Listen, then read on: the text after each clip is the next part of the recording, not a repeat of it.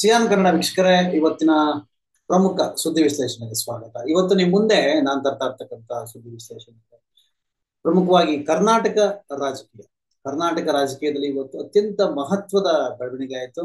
ಅದರಲ್ಲೂ ಪ್ರಮುಖವಾಗಿ ಆ ಕರ್ನಾಟಕದಲ್ಲಿ ಇದೇ ಮೊದಲ ಬಾರಿಗೆ ಒಂದು ಕರ್ನಾಟಕದ ಪ್ರಮುಖ ಜಲಾಶಯ ಏನು ಕಾವೇರಿ ಕನ್ನಂಬಾಡಿ ಕಟ್ಟೆ.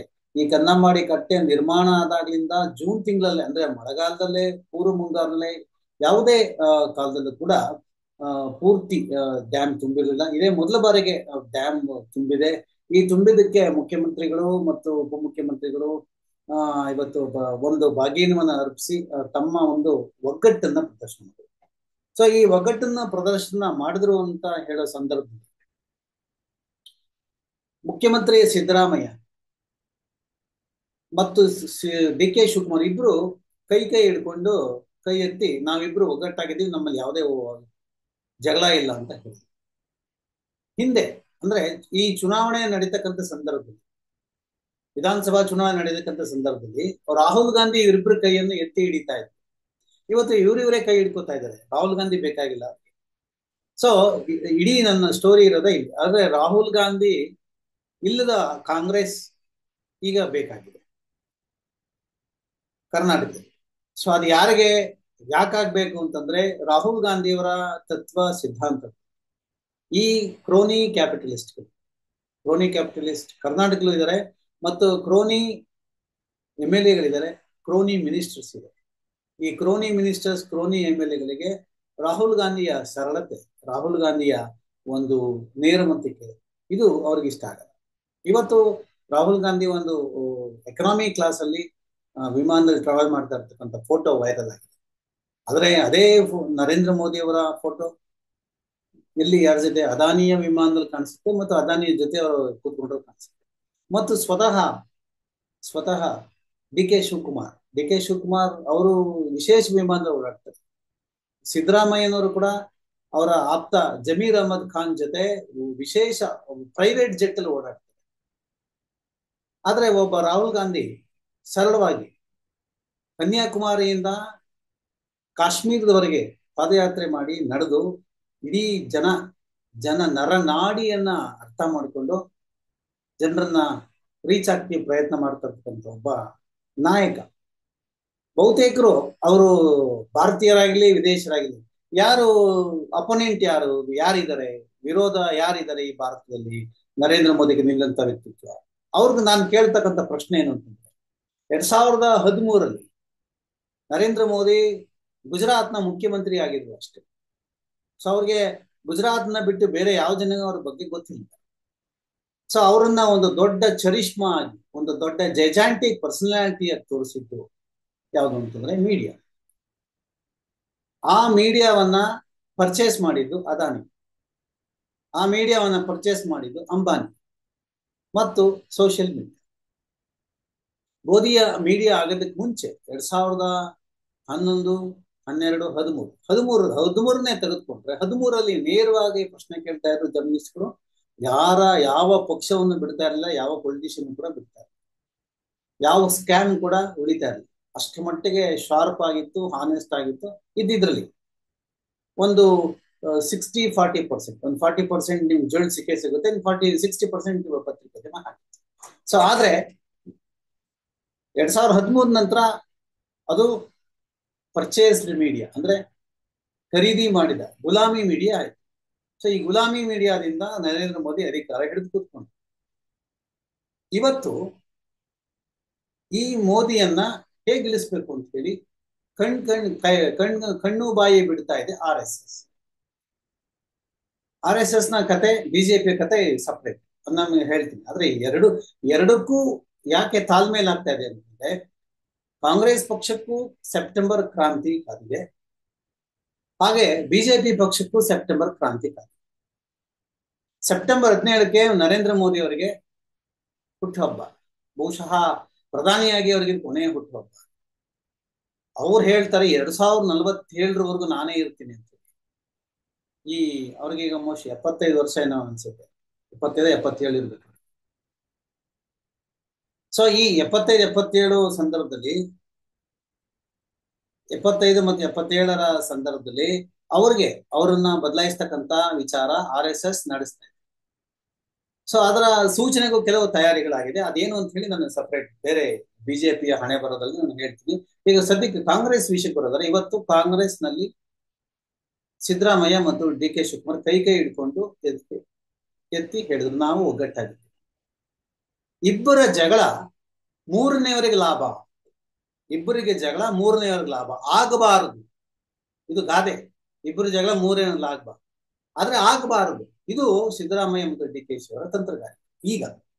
ಈಗ ಸೊ ಆ ತಂತ್ರಗಾರಿಕೆ ಏನು ಅಂತಂದ್ರೆ, ಸೊ ನಾನ್ CM ಆಗಿರ್ತೀನಿ, ಇಲ್ಲ ಇಲ್ಲ ನನ್ನನ್ನು CM ಆಗ್ಬಿಡಿ, ನನ್ನನ್ನು CM ಆಗಿ ಬಿಡಲ್ವಾ, ನೀವೇ CM ಆಗಿರಿ, ಆದ್ರೆ ನನಗೆ ಪುಷ್ಕಳವಾಗಿರ್ಬೇಕು, ಪುಷ್ಕಳ ಭೋಜನ ಇರಬೇಕು. ಏನ್ ಪುಷ್ಕಳ ಭೋಜನ? ಉಪಮುಖ್ಯಮಂತ್ರಿ ಪಟ್ಟ, ಬೆಂಗಳೂರು ನಗರಾಭಿವೃದ್ಧಿ ಪಟ್ಟ, ಹಾಗೆ ನೀರಾವರಿ ಪಟ್ಟ, ಇಂಥ ಪ್ರಮುಖ ಎಲ್ಲವೂ ಪುಷ್ಕಳವಾದ ಭೋಜನ ಇರಬೇಕು. ಸೊ ಈ ಒಂದು ಒಪ್ಪಂದ ಬಹಳ ಅತ್ಯಂತ ಪ್ರಮುಖವಾದ. ಸೊ ಇದನ್ನೇ ನಾವು ಗಮನಿಸೋದಾದ್ರೆ, ಇತ್ತೀಚೆಗೆ ಕಾಂಗ್ರೆಸ್ನ ಕೆಲವು ಶಾಸಕರು ಬಿ ಆರ್ ಪಾಟೀಲ್ ಅಲ್ಲಿಂದ ಹಿಡಿದು ಸಿದ್ದರಾಮಯ್ಯನವರ ಏನಂತೀವಿ, ನಾವು ಏನ್ ಕರಿತೀವಿ, ಯಾವಾಗ್ಲೂ ಒಂದು ಸುತ್ತ ಈ ನವಗ್ರಹಗಳು ಅಂತ ಇರ್ತಾರೆ, ನವಗ್ರಹಗಳು ಸುತ್ತಾ ಇರ್ತಾರೆ. ಸೊ ಆ ರೀತಿ ನವಗ್ರಹಗಳ ರೀತಿ ಸಿದ್ದರಾಮಯ್ಯನವರ ಸುತ್ತುತ್ತಾ ಇರ್ತಕ್ಕಂಥ ಅವರ ಆಪ್ತರು, ಸಲಹೆಗಾರರು, ಮುಖ್ಯಮಂತ್ರಿಗಳ ಸಲಹೆಗಾರರು, ಆರ್ಥಿಕ ಸಲಹೆಗಾರರು, ತಾಂತ್ರಿಕ ಸಲಹೆಗಾರರು, ರಾಜಕೀಯ ಸಲಹೆಗಾರರು, ಹೀಗೆ ಎಲ್ಲ ಸಲಹೆಗಾರರು ಒಂದೊಂದು ಹೇಳಿಕೆ ಕೊಡಕ್ ಶುರು ಮಾಡಿದ್ರು. ಆ ಎಲ್ಲಾ ಹೇಳಿಕೆಗಳ ಒಟ್ಟು ಸಾರಾಂಶ ಕಾಂಗ್ರೆಸ್ನ ಡ್ಯಾಮೇಜ್ ಮಾಡ್ತಕ್ಕಂಥ, ರಾಹುಲ್ ಗಾಂಧಿಯವರ ನಾಯಕತ್ವವನ್ನ ಪ್ರಶ್ನೆ ಮಾಡ್ತಕ್ಕಂಥ, ಖರ್ಗೆ ಅವರ ನಾಯಕತ್ವವನ್ನ ಪ್ರಶ್ನೆ ಮಾಡ್ತಕ್ಕಂಥ, ಇದು ಪ್ರಮುಖ ಅಜೆಂಡಾ ಆಗಿತ್ತು. ಈ ಅಜೆಂಡಾದಲ್ಲಿ ಯಶಸ್ವಿ ಕೂಡ ಆಗುತ್ತೆ.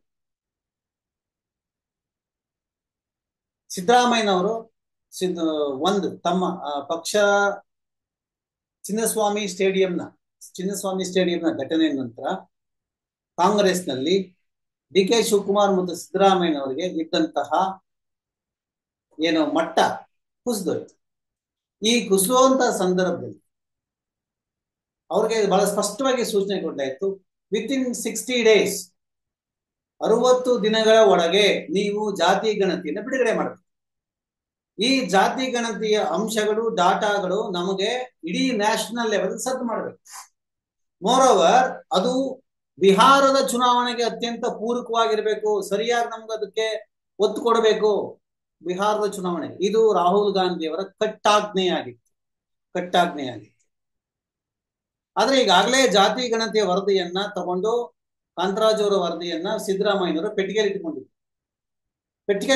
ಕೆಲವು ಅಂಶಗಳನ್ನ, ತಮಗೆ ಬೇಕಾದ ಅಂಶಗಳನ್ನು ಮಾತ್ರ ಹೊರಗಡೆ ಬಿಟ್ಟಿದ್ರು. ಸೊ ಈ ಹೊರಗಡೆ ಬಿಟ್ಟಿದ್ದ ಅಂಶಗಳು ಮತ್ತು ನೈಜ ಅಂಶಗಳು ಇವ್ಯಾವು, ಇದನ್ನು ಕೂಡ ಸಾಕಷ್ಟು ಚರ್ಚೆಗಳಾಗಿ ಮೂಲ ಪ್ರತಿಯೇ ಇಲ್ಲ ಅಂತ ಹೇಳಿ ಚರ್ಚೆ ನಡೀತಾ ಇತ್ತು. ಕೆಲವು ತಿದ್ದಲಾಗಿದೆ ಅಂತ ಕೂಡ ಹೇಳ್ತಾಯಿತ್ತು. ಸೊ ಇದೆಲ್ಲದಕ್ಕೂ ಮತ್ತು ಕೆಲವು ಸಂಘ ಸಂಸ್ಥೆಗಳು, ಲಿಂಗಾಯತರ ಒಕ್ಕೂಟ, ಮತ್ತೆ ಈ ಒಕ್ಕಲಿಗರ ಒಕ್ಕೂಟ, ಬೇರೆಯವರೆಲ್ಲ ಕೂಡ ಕಾಂಗ್ರೆಸ್ ಹೈಕಮಾಂಡ್ಗೆ ದೂರು ಕೊಟ್ಟರು, ಇಲ್ಲ ಇದು ಮರು ಮಾಡಿಸಿ. ಸೊ ಈಗ ಮರು ಜಾತಿ ಗಣತಿ ಅಲ್ಲದೆ ಹೋದ್ರು ಕೆಲವು ಅಂಶಗಳನ್ನ ನಾವು ಮಾಡಿ ತಾಂತ್ರಿಕವಾಗಿ ಅದನ್ನ ಇನ್ನೊಂದು ವರದಿಯನ್ನ 60 ದಿನಗಳು ಕೊಡಬೇಕು. ಇದು ಸಿದ್ದರಾಮಯ್ಯರಿಗೆ ಪ್ರತಿಷ್ಠೆಯ ವಿಷಯ ಆಯ್ತು. ಯಾವ ಅಂಕಿ ಅಂಶಗಳು ಸಿದ್ದರಾಮಯ್ಯನವರನ್ನ ದೊಡ್ಡ ಮಟ್ಟದ ನಾಯಕನನ್ನಾಗಿ, ಅನಿವಾರ್ಯ ನಾಯಕನನ್ನಾಗಿ ಕಾಂಗ್ರೆಸ್ಗೆ ಅವರನ್ನೇ ಮುಂದುವರಿಸಬೇಕು, ಅವರ ನೇತೃತ್ವದಲ್ಲೇ ಮತ್ತೆ ಇನ್ನೊಂದು ಚುನಾವಣೆಗೆ ಹೋಗ್ಬೇಕು ಅನ್ನೋ ಅಂಕಿಅಂಶಗಳು ತೋರಿಸ್ತಾ ಇದ್ದೋ, ಆ ಅಂಕಿಅಂಶಗಳು ಬೇಡ, ಬೇರೆ ಬೇರೆ ಒಂದು ಸಮೀಕ್ಷೆ ನಡೆಸಿ ಅದನ್ನ ಬಿಡುಗಡೆ ಮಾಡಿ ಅಂತ ರಾಹುಲ್ ಗಾಂಧಿ ಹೇಳಿದ್ರು. ಸೊ ಈ ಕಟ್ಟಾಜ್ಞೆ ಸಿದ್ದರಾಮಯ್ಯನ ಕಟ್ ಹಾಕ್ತು. ಇದು ಅವ್ರಿಗೆ ಅವರ ಪ್ರತಿಷ್ಠೆ ಆಯ್ತು, ಪ್ರತಿಷ್ಠೆಯ ವಿಷಯ ಆಯ್ತು. ಯಾವಾಗ ಪ್ರತಿಷ್ಠೆಯ ವಿಷಯ ಆಯ್ತು, ಆಗ ಸಿದ್ದರಾಮಯ್ಯನವರ ನವಗ್ರಹಗಳು ಮಾತನಾಡಕ್ ಶುರು ಮಾಡೋದು. ಹೇಗೆ ಅಂದ್ರೆ, ಕಾಂಗ್ರೆಸ್ನ ಐಡಿಯಾಲಜಿ, ಕಾಂಗ್ರೆಸ್ನ ಪ್ರಗತಿ ಪತ್ರ, ಕಾಂಗ್ರೆಸ್ನ ಪ್ರಣಾಳಿಕೆ, ಮ್ಯಾನಿಫೆಸ್ಟೇಷನ್, ಕಾಂಗ್ರೆಸ್ನ ಮ್ಯಾನಿಫೆಸ್ಟೇಷನ್ ಅದನ್ನೇ ಟೀಕೆ ಮಾಡಕ್ ಶುರು ಮಾಡಿದ್ರು. ದೇಶಪಾಂಡೆ, ಎಚ್ ಕೆ ಪಾಟೀಲ್, ಯಾರು ಯಾರು ಉಳಿಲಿಲ್ಲ. ಸಿದ್ದರಾಮಯ್ಯವರ ಆಪ್ತರು. ಇವ್ರ ಉದ್ದೇಶ ಹೈಕಮಾಂಡ್ ಜಾತಿ ಗಣತಿಯ ಬಗ್ಗೆ ಕೇಳಬಾರ್ದು. ಇಲ್ಲಿ ಸಿದ್ದರಾಮಯ್ಯನವರ ದೂರದೃಷ್ಟಿ, ಅವ್ರ ದೂರದೃಷ್ಟಿ ಇಷ್ಟೇ, ಸಿದ್ದರಾಮಯ್ಯನ ಎಲ್ಲಿವರೆಗೂ ಕಾಂಗ್ರೆಸ್ ಇದ್ರು ಅಲ್ಲಿವರೆಗೂ ಅವರೇ ಮುಖ್ಯಮಂತ್ರಿ ಆಗಿರ್ತಾರೆ. ಸೊ ಇದನ್ನೇ ನೀವು ಬ್ರಾಡರ್ ಪ್ರಾಸ್ಪೆಕ್ಟ್ ಅಲ್ಲಿ ನ್ಯಾಷನಲ್ ಲೆವೆಲ್ ನೋಡಿದ್ರೆ ಎಲ್ಲಿವರೆಗೂ ನರೇಂದ್ರ ಮೋದಿ ಇರ್ತಾರೋ ಅಲ್ಲಿವರೆಗೂ ನರೇಂದ್ರ ಮೋದಿ ಪ್ರಧಾನಿ ಆಗಿರ್ಬೇಕು. ಇಷ್ಟೇ ವ್ಯತ್ಯಾಸ. ಅವರು ನರೇಂದ್ರ ಮೋದಿ, ಇವರು ಸಿದ್ದರಾಮಯ್ಯ. ನಿಮಗೆ ಪುರಾಣ ಮಹಾಭಾರತದ ಕಥೆಯಲ್ಲಿ ಯಯಾತಿ ಅನ್ನೋ ಪಾತ್ರ ನಿಮ್ಗೆ ಗೊತ್ತಿದೆ. ಯಯಾತಿ ಕಥೆ. ಯಯಾತಿಗೆ ಇರ್ತಕ್ಕಂಥ ಅಧಿಕಾರ ದಾಹ, ವ್ಯಾಮೋಹ, ಸೌಂದರ್ಯ ಸವಿಯೋ ಒಂದು ಲಾಲಸೆ ಮತ್ತು ಸೌಂದರ್ಯದ ಬೇಟೆ, ಅಧಿಕಾರದ ಬೇಟೆ, ಇದು ಯಯಾತಿಗೆ ರಕ್ತಗತ. ಮತ್ತು ಅದಕ್ಕೋಸ್ಕರನೇ ಅಧಿಕಾರ, ಸೌಂದರ್ಯ ಅದನ್ನು ಸವಿಯೋಕ್ಕೋಸ್ಕರನೇ ಹುಟ್ಟಿದೀನಿ ಅನ್ನೋ ರೀತಿ ಯಯಾತಿ ಬದುಕ್ತಾ ಇರ್ತಾನೆ. ಹಾಗೆ ಈ ಅಧಿಕಾರಸ್ಥ ಈವನ್ ಸಿದ್ದರಾಮಯ್ಯ, ಈವನ್ ನರೇಂದ್ರ ಮೋದಿ 2047ಕ್ಕೂ ನಾನೇ ಪ್ರಧಾನಿ ಅಂತ ಹೇಳ್ತಾರೆ. ಆದ್ರೆ 2047 ಅಂತ ಡೇಟ್ ಹೇಳ್ತಾ ಇಲ್ಲ ಸಿದ್ದರಾಮಯ್ಯ. ಏನ್ ಹೇಳ್ತಾರೆ? ನೆಕ್ಸ್ಟ್ ನಾನೇ, ಈಗ್ಲೂ ನಾನೇ, ಮುಂದಕ್ಕೂ ನಾನೇ, ಆಗ್ಲೂ ನಾನೇ, ನಾನೇ ನಾನೇ ನಾನೇ ನಾನೇ ನಾನೇ ನಾನೇ ನಾನೇ ನಾನೇ. ಇದು ಇವರ ಒಂದು ಅಧಿಕಾರದ ಮಂತ್ರ, ಮ್ಯಾನಿಫೆಸ್ಟೇಷನ್, ಪವರ್ ಮ್ಯಾನಿಫೆಸ್ಟೇಷನ್. ಈ ಮ್ಯಾನಿಫೆಸ್ಟೇಷನ್ ನ ರಾಹುಲ್ ಗಾಂಧಿ ಕಟ್ ಮಾಡಿದ್ದಾರೆ. ಬಹಳ ಸ್ಪಷ್ಟವಾಗಿ ಹೇಳಿದ್ದಾರೆ, ಸೆಪ್ಟೆಂಬರ್ ಕ್ರಾಂತಿ ಆಗುತ್ತೆ. ಸೊ ಹಾಗಾದ್ರೆ ಡಿ ಕೆ ಶಿವಕುಮಾರ್ ಆಗ್ತಾರ? ನೋ, ಡಿ ಕೆ ಶಿವಕುಮಾರ್ ಬೇಡ. ಯಾಕೆ ಬೇಡ? ಡಿ ಕೆ ಶಿವಕುಮಾರ್ಗೆ ಕಳೆದ 6 ವರ್ಷದಿಂದ ರಾಹುಲ್ ಗಾಂಧಿ ಅಪಾಯಿಂಟ್ಮೆಂಟೇ ಕೊಟ್ಟಿಲ್ಲ. ಕಾರಣ ಆಗಲೇ ನಾನು ಸಾಕಷ್ಟು ವಿಡಿಯೋದಲ್ಲಿ ಹೇಳಿದ್ದೀನಿ. ರಾಹುಲ್ ಗಾಂಧಿ ಮತ್ತು ಕಾಂಗ್ರೆಸ್ನ ಹೆಸರಿನಲ್ಲಿ ಡಿ ಕೆ ಶಿವಕುಮಾರ್ ಅವರ ಆಸ್ತಿ ಅಗಣಿತ ಅಪಾರ.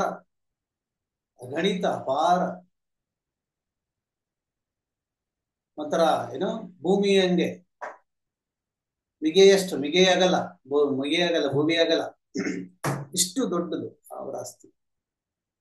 ಅದಕ್ಕೆ ಅವ್ರು ಕೊಡೋದು ಡಿ ಕೆ ಶಿವಕುಮಾರ್, ನಾನು ಹೈಕಮಾಂಡ್ ದುಡ್ಡು ಕೊಡ್ಬೇಕು. ಸೊ ಹೈಕಮಾಂಡ್ ಏನ್ ದುಡ್ಡು ಕೊಡ್ತಾರೆ? ಎಲ್ಲಿ ದುಡ್ಡು ಕೊಡ್ತಾರೆ? ಸೊ ಇದೆಲ್ಲ ಕೂಡ ರಿವೀಲ್ ಆಗಿದೆ. ಮತ್ತು ಇನ್ನು ಎಲ್ಲರೂ ಹೇಳ್ತಕ್ಕಂಥದ್ದು ಚಿನ್ನಸ್ವಾಮಿ ಸ್ಟೇಡಿಯಂ, ಏನು ಆರ್ ಸಿ ಬಿಲಿ ಅವರು RCBಯ ಚಿಯರ್ ಲೀಡರ್ಸ್ ತರ ಗರ್ಲ್ಸ್ ಏನು ಕುಣಿತಾರೆ, ಬಟ್ಟೆ ಹಾಕೊಂಡು, ತುಂಡು ಬಟ್ಟೆ ಮತ್ತು ಕೈಯಲ್ಲಿ ಬಾಟ ಹಿಡ್ಕೊಂಡು. ಸೊ ಡಿ ಕೆ ಶಿವಕುಮಾರ್ ಚಡ್ಡಿ ಹಾಕೊಂಡಿರ್ಲಿಲ್ಲ ಅಷ್ಟೇ. ಸೊ ಅವರೆಲ್ಲ ಚಿಯರ್ ಲೀಡರ್ ತರನೇ ಆಡಿದ್ದು. ಸೊ ಇದೆಲ್ಲ ಒಬ್ಬ ರೆಸ್ಪಾನ್ಸಿಬಲ್ ಮಿನಿಸ್ಟರ್, ಒಬ್ಬ ರೆಸ್ಪಾನ್ಸಿಬಲ್ ಪೊಲಿಟಿಷಿಯನ್, ಒಬ್ಬ ರೆಸ್ಪಾನ್ಸಿಬಲ್ ಲೀಡರ್ ಬಿಹೇವಿಯರ್ ಆಗಿರ್ಲಿಲ್ಲ. ಎಕನಾಮಿ ಕ್ಲಾಸ್ ಅಲ್ಲಿ ಟ್ರಾವೆಲ್ ಮಾಡ್ತಕ್ಕಂಥ ರಾಹುಲ್ ಗಾಂಧಿಗೆ ಸೊ ಇವೆಲ್ಲ ಅನ್ಸುತ್ತೆ, ಇವರು ನಮ್ಮ ಹೆಸರಲ್ಲಿ ಏನೇನ್ ಮಾಡ್ತಾ ಇದ್ದಾರೆ ಅಂತ ಅನ್ಸುತ್ತೆ. ಹೈಕಮಾಂಡ್ಗೆ ಎಲ್ಲೂ ಅಧಿಕಾರ ಇಲ್ಲ, ದುಡ್ಡಿಲ್ಲ, ನಾವು ದುಡ್ಡು ಕೊಟ್ರೇನೆ ಇವ್ರಿಗೆ ಜೀವನ ನಡೆಯೋದು, ಇವರು ಸಭೆ ಮಾಡಕ್ಕಾಗೋದು, ಎಲೆಕ್ಷನ್ ಗೆಲ್ಲಕ್ಕಾಗೋದು ಅನ್ನೋ ಧಾಸ್ತ್ಯ, ವೀಕ್ನೆಸ್ ಅಂದ್ರೆ ಇವ್ರಿಗೆ ವೀಕ್ನೆಸ್ ಇದೆ, ಅದನ್ನ ಬಳಸ್ಕೊಂಡು ನಾವು ಆಟ ಆಡೋಣ ಅಂತ ಆ ಆಟ ಆಡಕ್ಕೆ ನೋಡ್ತಾ ಇದ್ದಾರೆ. ಸೊ ನೀವು ಏನಾದ್ರೂ ಆಗ್ಲಿ, ನೀವು ಆಟ, ನಿಮ್ ದುಡ್ಡೇ ಬೇಡ ಅಂತ. ಬಹುಶಃ ಆಗ ರಾಹುಲ್ ಗಾಂಧಿ ಅವರಿಗೆ ಕಾಂಗ್ರೆಸ್ ಅಂದ್ರೆ ಕರ್ನಾಟಕ ಕಾಂಗ್ರೆಸ್ನ ಫಂಡಿಂಗ್ ಅಥವಾ ಏನು ಅದು ಅವಶ್ಯಕತೆ ಬಂದಿಲ್ಲ ಅನ್ಸುತ್ತೆ. ಯಾಕಂದ್ರೆ ಇಷ್ಟು ಕಟ್ಟುನಿಟ್ಟಾಗಿ ಡಿಸಿಷನ್ ತಗೋತಾ ಇದ್ದಾರೆ ಅಂದ್ರೆ ಇನ್ನೊಂದು ಪರ್ಯಾಯ ವ್ಯವಸ್ಥೆ ಆಗಿದೆ. ಎಲ್ಲಿಂದ ಇರ್ಲಿ. ಯಾಕಂದ್ರೆ ಸಾವಿರಾರು ಕೋಟಿ ರೂಪಾಯಿ ಚುನಾವಣಾ ಬಾಂಡ್ಗಳು ಬಿಜೆಪಿ ಸರ್ಕಾರಕ್ಕೆ ಬಂದಿದೆ. ಬಿಜೆಪಿ ಸರ್ಕಾರ ಪ್ರಪಂಚದಲ್ಲೇ ಅತ್ಯಂತ ಶ್ರೀಮಂತ ಪಕ್ಷ. ಸುಪ್ರೀಂ ಕೋರ್ಟ್ ಇದನ್ನ ಚುನಾವಣಾ ಬಾಂಡ್ನ ಅಕ್ರಮ ಅಂತ ಘೋಷಣೆ ಮಾಡಿದ್ರು. ಇವ್ರ ಹತ್ರ ಸಾವಿರಾರು ಕೋಟಿ ರೂಪಾಯಿ ಹಣ ಇದೆ. ಆದ್ರೆ ಸುಪ್ರೀಂ ಕೋರ್ಟ್ ಅಕ್ರಮ ಅಂತ ಘೋಷಣೆ ಮಾಡ್ತಾರೆ, ಅಕ್ರಮ ಹಣವನ್ನು ಮುಟ್ಕೋದು ಹಾಕೋದಕ್ಕೆ ಬಿಡ್ಲಿಲ್ಲ. ಚಂದ್ರಚೂಡ್ ಅದ್ರ ಮೇಲೆ ಕಾಯ್ಕೊಂಡು ಕೂತ್ಕೊಂಡ್ಬಿಟ್ಟು. ಸೊ ಆಮೇಲೆ ಬಂದಂತ ಜಸ್ಟಿಸ್ಗಳು ಕೂಡ ಅದನ್ನ ಮಾಡಲಿಲ್ಲ. ಅಕ್ರಮಣ ಕದ್ದ ಹಣವನ್ನ ವಾಪಸ್ ಕೊಡಿ ಅಂತ ಹೇಳಲೇ ಇಲ್ಲ. ಸಾಮಾನ್ಯವಾಗಿ ಕಳ್ಳ ಸಿಕ್ಕಿಬಿದ್ರೆ ಕಳ್ತನ ಆದ್ಮೇಲೆ ಅದು ವಾಪಸ್ ಕೊಡ್ತಾರೆ. ಆದ್ರೆ ಇವಾಗ ಬಿಜೆಪಿ ಕೊಡ್ಲೇ ಇಲ್ಲ. ಸಿದ್ದರಾಮಯ್ಯ ಕೊಟ್ರು 14 ಸೀಟ್. ಇಲ್ಲಿ ನಾವು ಮುಖ್ಯವಾಗಿ ಗಮನಿಸ್ತಕ್ಕಂಥದ್ದು ಈ ಬಿಜೆಪಿ ಮತ್ತು ಕಾಂಗ್ರೆಸ್ನ ಪ್ರತಿಯೊಂದು ನಡೆಗಳು ನಡಾವಳಿಗಳು ಎಲ್ಲಿಗೆ ಯಾವ ಮಟ್ಟಕ್ಕೆ ಹೋಗ್ತಾ ಇದಾವೆ ಅಂತಂದ್ರೆ, ಸಿದ್ದರಾಮಯ್ಯ ಈಗ ಇವತ್ತು ಸಿದ್ದರಾಮಯ್ಯನವರ ಇನ್ನೊಬ್ಬ ಆಪ್ತ ದೇಶಪಾಂಡೆ, RV ದೇಶಪಾಂಡೆ ಹೇಳ್ತಾ ಇದ್ದಾರೆ, ಈಗ ಹೇಳ್ತಾ ಅಪ್ಡೇಟ್ ಆಗಿರ್ತಕ್ಕಂಥದ್ದು, ಸಿದ್ದರಾಮಯ್ಯ 5 ವರ್ಷ ಮುಖ್ಯಮಂತ್ರಿ ಆಗಿ ಇರ್ತಾರೆ, ಅವರನ್ನ ಬದಲಿಸುವ ಬಗ್ಗೆ ಶಾಸಕಾಂಗ ಸಭೆಯಲ್ಲಿ ಚರ್ಚೆ ಆಗಿಲ್ಲ. ಇವರು ಆಡಳಿತ ಸುಧಾರಣಾ ಆಯೋಗದ ಅಧ್ಯಕ್ಷ RV ದೇಶಪಾಂಡೆ ಹೇಳ್ತಾರೆ.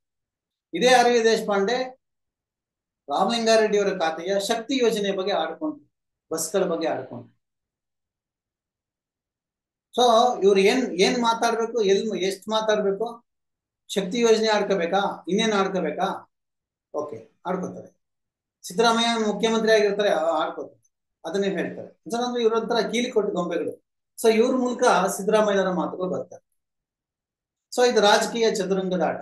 ಸೊ ರಾಜಕೀಯ ಚದುರಂಗದ ಆಟ ದಾಳಗಳನ್ನ ಇಟ್ಕೊಂಡು ರಾಜ ಸುತ್ತ ಏನು ಮಂತ್ರಿ ಸೈನ್ಯ ಈ ತರ ಎಲ್ಲರನ್ನ ಇಟ್ಕೊಂಡು ನಡೆಸ್ತಾ ಇರ್ತಾರೆ ಪಾಲ್ನಲ್ಲಿ. ಸೊ ಈ ಭದ್ರತೆಯಲ್ಲಿ ಇಟ್ಕೊಂಡು ಮಾಡ್ತಾರೆ. ಅದಕ್ಕೆ ಸಿದ್ದರಾಮಯ್ಯ ಸರ್ಕಾರಕ್ಕೆ ಹೈಕಮಾಂಡ್ ಸಂಪೂರ್ಣ ಬೆಂಬಲ ಇದೆ. ಸರ್ಕಾರದ ಯಾವುದೇ ಸಮಸ್ಯೆ ಆಗಿಲ್ಲ, ಕ್ಷೇತ್ರದ ಅಭಿವೃದ್ಧಿ ಕೆಲಸ ಆಗುತ್ತಿಲ್ಲ ಎಂಬ ಅಭ್ಯಾಸ ಕೆಲವು ಶಾಸಕರಿಂದ ಕೆಲವರಿಗೆ ಸಚಿವ ಅಥವಾ ಅಧ್ಯಕ್ಷನಾಗುವ ಆಸೆ ಇರಬಹುದು. ಅವೆಲ್ಲವನ್ನ ಮಾಧ್ಯಮದಲ್ಲಿ ಹೇಳಿಕೊಳ್ಳೋದು ಸರಿಯಲ್ಲ. ಕೆಪಿಸಿಸಿ ಅಧ್ಯಕ್ಷನ ಗೊತ್ತಿಲ್ಲ, ಸತೀಶ್ ಜಾರಕಿಹೊಳಿ ಒಳ್ಳೆ ವ್ಯಕ್ತಿ, ಅವರಿಗೆ ಅಧ್ಯಕ್ಷ ಸಿಗುವುದಿಲ್ಲ ಎಂಬುದು ಹೈಕಮಾಂಡ್ ನೋಡಿ ಬಹಳ ಸ್ಪಷ್ಟವಾಗಿದೆ. ಇಲ್ಲಿ RV ದೇಶಪಾಂಡೆ ಹೇಳಿರ್ತಕ್ಕಂಥ ಶಾಸಕರಿಗೆ ಹಣ ಸಿಗ್ತಾ ಇಲ್ಲ ಅಂತೇಳಿ ಅಭಿವೃದ್ಧಿ ಕೆಲಸ ಆಗ್ತಾ ಇಲ್ಲ. ಅಭಿವೃದ್ಧಿ ಕೆಲಸ ಅಂದ್ರೆ ಏನ್ ಹೇಳಿ ವೀಕ್ಷಕರೇ? ಅಭಿವೃದ್ಧಿ ಕೆಲಸ ಅಂದ್ರೆ ಶಾಸಕರಿಗೆ ಟೆಂಡರ್ ಸಿಗಬೇಕು. ಟೆಂಡರ್, ಅದು ರಸ್ತೆ ಟೆಂಡರ್ ಆಗಿರ್ಬೋದು, ಯಾವ್ದಾದ್ರು ಒಂದು ಟೆಂಡರ್ ಸಿಗ್ಬೇಕು ಅವ್ರಿಗೆ, ಆಗ ಅಭಿವೃದ್ಧಿ ಆಗುತ್ತೆ. ನಿಮ್ಗೆ ಅರ್ಥ ಆಯ್ತಲ್ಲ ಏನ್ ಅಭಿವೃದ್ಧಿ ಆಗುತ್ತೆ ಅಂತ ಹೇಳಿ? ಟೆಂಡರ್ ಸಿಗಬೇಕು. ನೀವು ನೇರವಾಗಿ ಜನರ ಬ್ಯಾಂಕ್ ಅಕೌಂಟ್ ದುಡ್ಡು ಹಾಕಿದ್ರೆ ಪ್ರಯೋಜನ ಇಲ್ಲ. ಅದು ಅಭಿವೃದ್ಧಿ ಅಲ್ಲ. ಅಭಿವೃದ್ಧಿ ಅಂದ್ರೆ ಏನು ಅಂದ್ರೆ ಟೆಂಡರ್ ಸಿಗಬೇಕು, ಟೆಂಡರ್ ಆಗಬೇಕು, ಟೆಂಡರ್ ಆಗಬೇಕು, ಗುತ್ತಿಗೆದಾರ ಬರಬೇಕು. ಟೆಂಡರ್ ಮತ್ತು ಗುತ್ತಿಗೆದಾರ ಬಂದ್ರೆ ಆಗ ಅಭಿವೃದ್ಧಿ ಆಗುತ್ತೆ. ಏನ್ ಅಭಿವೃದ್ಧಿ ಆಗುತ್ತೆ? 40%, 50%. ಇವತ್ತ್ಯಾರೋ ಹೇಳಿದ್ದಾರೆ ಬಿಜೆಪಿ 80% ಆಗ್ಬಿಟ್ಟಿದೆ ಕಾಂಗ್ರೆಸ್. 80% ಅಫ್ಕೋರ್ಸ್ ಇದ್ರೂ ಇರ್ಬೋದು, ಯಾಕೆಂದ್ರೆ ಅವ್ರು 40% ಮಾಡಿದ್ರಲ್ಲ. ಇವತ್ತು ಯಾರು ನಮ್ಮ ರೈತರ ಮುಖಂಡರು ಯಾರೊಬ್ರು ಹೇಳ್ತಾರೆ ಬಿಜೆಪಿ ಏನೇನ್ ಮಾಡಿತ್ತು ಅದನ್ನೆಲ್ಲ ಕಾಂಗ್ರೆಸ್ ಮುಂದುವರಿಸ್ತಾ ಇದೆ ಅಂತ. ಸೊ ಇದು ಕಾಂಗ್ರೆಸ್ ಗೌರ್ಮೆಂಟ್ ಇಲ್ಲ, ಇದು ಕಾಮ್ ಬಿಜೆಪಿ ಸರ್ಕಾರ ಇದೆ. ಕಾಂಗ್ರೆಸ್ ಅಲ್ಲ, ಇದು ಕಾಮ್ ಬಿಜೆಪಿ ಸರ್ಕಾರ. ಅಂದ್ರೆ ಬಿಜೆಪಿ ಅಕ್ರಮಗಳೆಲ್ಲವನ್ನು ಚಾಚು ತಪ್ಪದೆ ಅವರು ಏನು ಮೇಲ್ಗಡೆ ನಾವು ಈ ಚಿಕ್ಕ ವಯಸ್ಸಲ್ಲಿ ಕಾಪಿ ಬರಹ ಬರೀತಿತ್ತು. ಕಾಪಿ ಬರಹ, ರಾಮನು ಕಾಡಿಗೆ ಹೋದನು, ಸೀತೆಯು ಕಾಡಿಗೆ ಹೋದಳು ಅಂದ್ರೆ ಅಲ್ಲೇನಿರುತ್ತೆ ಅದನ್ನು ಬರ್ಕೊಂಡು ಹೋಗುವ ಹಂಗೆ. ಸೊ ಹಂಗೆ ಬಿಜೆಪಿ ಏನು ಹಾಕೊಟ್ರು 40%, ಸ್ವಲ್ಪ ಇನ್ನೂ ಜಾಸ್ತಿ 80ನೋ ಎಷ್ಟು ಸಿಗುತ್ತೋ ಅಷ್ಟು ಜಾಸ್ತಿ ಮಾಡಿ. ಸೊ ಅದಕ್ಕೆ ಶಾಸಕರಿಗೆ ಅಭಿವೃದ್ಧಿ ಆಗ್ಬೇಕು. ಶಾಸಕರ ಅಭಿವೃದ್ಧಿ ಆಗ್ಬೇಕಂದ್ರೆ ಟೆಂಡರ್ ಬರಬೇಕು, ಕಮಿಷನ್ ಬರಬೇಕು. ಸೊ ಈ ಜನಕ್ಕೆ ನೀವು ಎಷ್ಟೇ ದುಡ್ಡು ಹಾಕಿದ್ರು ನಿಮ್ಗೆ ಪ್ರಯೋಜನ ಇಲ್ಲ. ಏನು ರಸ್ತೆ ಅಭಿವೃದ್ಧಿ ಇಲ್ಲ, ಕಟ್ಟಡಗಳಿಲ್ಲ, ಏನಿಲ್ಲ, ಏನು ನಡೀತಾ ಇಲ್ಲ ಕೆಲಸ ಅಂತೇಳಿ ಸಾಕಷ್ಟು ಜನ ಹೇಳ್ತಾರೆ. ಸೊ ಅಭಿವೃದ್ಧಿ ಅಂದ್ರೆ ಟೆಂಡರ್, ಗುತ್ತಿಗೆದಾರ, ಕಮಿಷನ್, ಇದು ಅಭಿವೃದ್ಧಿ. ಈ 3 ಅಂಶ ಇದ್ರೆ ಮಾತ್ರ ಅಭಿವೃದ್ಧಿ. ಜನರಿಗೆ ನೇರವಾಗಿ ನೀವು ದುಡ್ಡು ಹಾಕಿದ್ರೆ ಏನು ಪ್ರಯೋಜನ. ಸೊ ಇದು ಈ ಸಂದರ್ಭದಲ್ಲಿ ಹೈಕಮಾಂಡ್ ಹೇಳಿತು. ಯಾವ ನವಗ್ರಹಗಳು ಡಿ ಕೆ ಶಿವಕುಮಾರ್ ಇದ್ರ ಈ ಒಂದು ಪರಿಸ್ಥಿತಿ ಅಂದ್ರೆ ಆರ್ ಸಿ ಬಿ ಮತ್ತು ಚಿನ್ನಸ್ವಾಮಿ ಸ್ಟೇಡಿಯಂ ಇದರಲ್ಲೇ ಅವರು ಸಿಕ್ಕಾಕೊಂಡಿದ್ದಾರೆ. ಅವ್ರಿಗೆ ಅಲ್ಲಿ ಫಿಕ್ಸ್ ಆಯ್ತು. ಇನ್ನು ಸಿದ್ದರಾಮಯ್ಯನವರು ಅವರ ನವಗ್ರಹಗಳು ಮಾತನಾಡಕ್ಕೆ ಶುರು ಮಾಡಿದ್ರು. ಅವ್ರ ಸಂಕಟ ಈ ಜಾತಿ ಗಣತಿಯ ಅಂಶ ಚೇಂಜ್ ಮಾಡಿ ಬಿಡ್ಲೇಬೇಕು. ಯಾಕೆಂದ್ರೆ ಕಾಂಗ್ರೆಸ್ನ ಅಸ್ತಿತ್ವದ ಪ್ರಶ್ನೆ ಇದೆ. ಬಿಹಾರ ಚುನಾವಣೆ ಗೆಲ್ಲಬೇಕು ಅಂದ್ರೆ ಕಾಂಗ್ರೆಸ್ ಒಂದು ಮಾಡೆಲ್ ತೋರಿಸ್ಬೇಕು. ತೆಲಂಗಾಣ ಮಾದರಿ ಬಹಳ ಚೆನ್ನಾಗಿ ಅವರು ರೇವಂತ್ ರೆಡ್ಡಿ ತೋರಿಸೇ ಬಿಟ್ರು. ಜಾತಿ ಗಣತಿ ಮಾಡ್ರು, ಅಂಕಿಅಂಶ ಬಿಟ್ರು, ಸರ್ಕಾರಕ್ಕೆ ಇದನ್ನೇ ಮಾದರಿ ಮಾಡ್ತಿದ್ರು ರಾಹುಲ್ ಗಾಂಧಿ. ಬರೀ ತೆಲಂಗಾಣ ಯಾಕೆ, ಕರ್ನಾಟಕದಲ್ಲೂ ಆಗ್ಲಿ ಅಂತೇಳಿ ಒತ್ತಾಯ. ಈಗಾಗಲೇ ಆಗಿರೋ ಅಂಶಗಳನ್ನ ಬಿಡ್ಬೋದಾಗಿತ್ತು, ಬಿಡ್ಲಿಲ್ಲ. ಅದನ್ನು ಬಿಡಿ ಅಂತ ಹೇಳಿ ಬಿ ಕೆ ಹರಿ ಪ್ರಸಾದ್ ಹೇಳ್ತಾ ಇದ್ದಾರೆ. ಸಚಿವ ಸಂಪುಟ ವಿಸ್ತರಣೆ ಆಗ್ಬೇಕು, ಅದಕ್ಕೂ ಜಾತಿ ಗಣತಿ ಬಹಳ ಮುಖ್ಯ. ಅಂದ್ರೆ ಯಾರ್ಯಾರಿಗೆ ಯಾವ್ಯಾವ ಜಾತಿಯ ಸಂಖ್ಯೆ ಜಾಸ್ತಿ ಇದೆಯೋ, ಯಾವ್ಯಾವ ಜಾಸ್ತಿ ಸಂಖ್ಯೆ ಮತದಾರ ಇದ್ರೋ ಅವ್ರಿಗೆ ಮಂತ್ರಿ ಪಟ್ಟ ಸಿಗ್ಬೇಕು ಅನ್ನೋದು ರಾಹುಲ್ ಗಾಂಧಿ ವಾದ. ಸೊ ಈ ಅಂಶಗಳು ಬಿಡುಗಡೆ ಆಗ್ಬಾರ್ದು ಅಂತ ಹೇಳಿ ಕಾಂಗ್ರೆಸ್ನ ವಾದ, ಮತ್ತು ಕಾಂಗ್ರೆಸ್ನ ಒಳಗೆ ಇರ್ತಕ್ಕಂಥ ಬಿಜೆಪಿಯವರ ವಾದ, ಬಿಜೆಪಿ ಇರ್ತಕ್ಕಂಥ ಕಾಂಗ್ರೆಸ್ನವ್ರ ವಾದ. ಸೊ ಇದೆಲ್ಲವೂ ಕೂಡ ಬಹಳಷ್ಟು ಇಲ್ಲಿ ಮಿಳಿತವಾಗಿದೆ. ಸೊ ಹಾಗಾಗಿ ಸಿದ್ದರಾಮಯ್ಯ ಹೇಳಿದ್ರು, ನಾನು ಡಿ ಕೆ ಶಿವಕುಮಾರ್ ಇಬ್ರು, ನಮ್ಗೆ ಜಗಳ ಇಲ್ಲ, ನಾವೆಲ್ಲ ಒಗ್ಗಟ್ಟಾಗಿದ್ದೀವಿ. There is no disputes, there is no disputes, ಯಾವುದು ಡಿಸ್ಪ್ಯೂಟ್ ಇಲ್ಲ ಅಂತ ಹೇಳ್ತಾರೆ ಸಿದ್ದರಾಮಯ್ಯ. ಸೊ ಇದರ ಅರ್ಥ ಇದನ್ನ ನಾವು ನೋಡ್ಬೇಕಾಗಿರೋದು ಹೀಗೆ, ಇಬ್ಬರ ಜಗಳದಲ್ಲಿ ಮೂರವರಿಗೆ ಲಾಭ ಆಗಬಾರದು. ಸೊ ಆ ಮೂರನೇವ್ರು ಯಾರು ಇಲ್ಲಿ ನೋಡಿ, ಇವ್ರನ್ನ ಯಾರು ಇಲ್ಲಿ ಹೇಳ್ತಾರೆ, ಕೆಲವರಿಗೆ ಸಚಿವ ಆಗುವ ಆಸೆ ಇರ್ಬೋದು, ಇನ್ನು ಕೆಲವರಿಗೆ ಬೇರೆ ಏನೋ ಆಗುವ ಆಸೆ ಇರ್ಬೋದು, ಆದ್ರೆ ಮಾಧ್ಯಮ ಮುಂದೆ ಹೇಳ್ಕೊಳ್ಳೋದು ಸರಿಯಲ್ಲ ಅಂತ. ಆದ್ರೆ ಇದೇ ದೇಶಪಾಂಡೆ ಮಾಧ್ಯಮದ ಮುಂದೆ ತಾನೇ ಹೇಳಿದ್ದೀರು ಕಾರ್ಯಕ್ರಮದಲ್ಲಿ, ಶಕ್ತಿ ಯೋಜನೆಯ ಬಸ್ಗಳು ರಶ್ ಆಗ್ತವೆ, ಏನು ಪ್ರಯೋಜನ ಇಲ್ಲ ಅಂತೇಳಿ. ಶಕ್ತಿ ಯೋಜನೆ ಆಡ್ಕೊಂಡಿದ್ದೇ ಆರ್ ವಿ ದೇಶಪಾಂಡೆ. ಇವ್ರಿಗೆ ಗೊತ್ತಿರ್ಲಿವಾ? ಇವ್ರಿಗೆ ಕಾಂಗ್ರೆಸ್ನ ಅತ್ಯಂತ ಮಹತ್ವಾಕಾಂಕ್ಷಿ ಯೋಜನೆ ಶಕ್ತಿ ಯೋಜನೆ. ಕಾಂಗ್ರೆಸ್ನ ಶಕ್ತಿ ಯೋಜನೆಯಿಂದ ಇಡೀ ರಾಜ್ಯದ ಮಹಿಳೆಯರು ಸಂತೃಪ್ತಿಯಿಂದ ಇದ್ದಾರೆ, ಶಾಂತಿಯಿಂದ ಇದ್ದಾರೆ. ಅವರು ಇಡೀ ಮಹಿಳೆಯರು ಓಡಾಡ್ತಾ ಇದ್ದಾರೆ. ಒಂದ್ ರೀತಿ ಅವ್ರಿಗೆ ಪ್ರಯಾಣದ ಸ್ವಾತಂತ್ರ್ಯ ಸಿಕ್ಕಿದೆ. ಯಾವಾಗ್ಲೂ ಮನುಷ್ಯ ಪ್ರಯಾಣ ಮಾಡ್ತಾ ಇರ್ತಾನೆ, ಮೂವಿಂಗ್, ಚಲಿಸ್ತಾ ಇರ್ತಾನೆ. ಅದರಲ್ಲೂ ಮಹಿಳೆಯರಿಗೆ ಚಲಿಸುವ ಸ್ವಾತಂತ್ರ್ಯ ಸಿಕ್ತು because of Congress, because of Shakti. So ಇದು ರಾಮಲಿಂಗಾರೆಡ್ಡಿ ಅವ್ರನ್ನ ನಾನು ಮಾತಾಡಿಸ್ದಾಗೆಲ್ಲ ಹೇಳ್ತಾ ಇದ್ದೀನಿ. ಸೊ ಶಕ್ತಿ ಯೋಜನೆ ಬಹಳ ಅತ್ಯಂತ ಪ್ರಮುಖವಾದ ಯೋಜನೆ, ಮಹಿಳೆಯರಿಗೆ ಶಕ್ತಿ ಕೊಟ್ಟಿದೆ.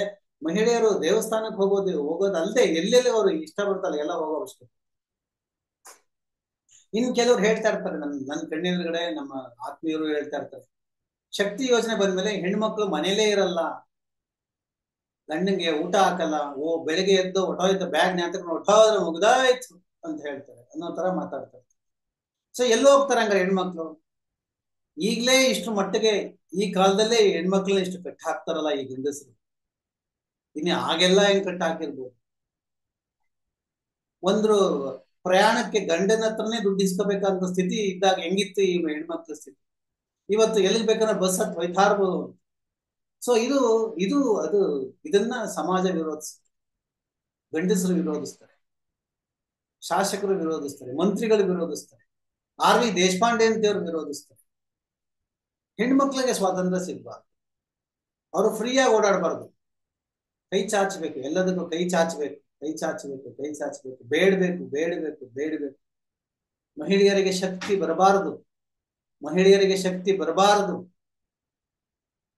ಮಹಿಳೆಯರೇ ಬೈತಾರೆ, ನಮಗ್ ಸೀಟ್ ಸಿಕ್ಕಲ್ಲ, ನಾನು ಟೀಚರು, ನಾನು ಲೆಕ್ಚರು, ನಾನು ಸ್ಟೂಡೆಂಟ್, ನಮಗ್ ಸೀಟ್ ಸಿಕ್ಕಲ್ಲ, ನಮಗ್ ಸೀಟ್ ಸಿಕ್ಕಲ್ಲ. ಎಲ್ಲರಿಗೂ ಸಿಗ್ಲಿ ಬಿಡಿ, ಜಾಸ್ತಿ ಮಾಡ್ಲಿ ಬಸ್ಸು ಸರ್ಕಾರ, ಇನ್ನೂ ಜಾಸ್ತಿ ಮಾಡ್ಲಿ.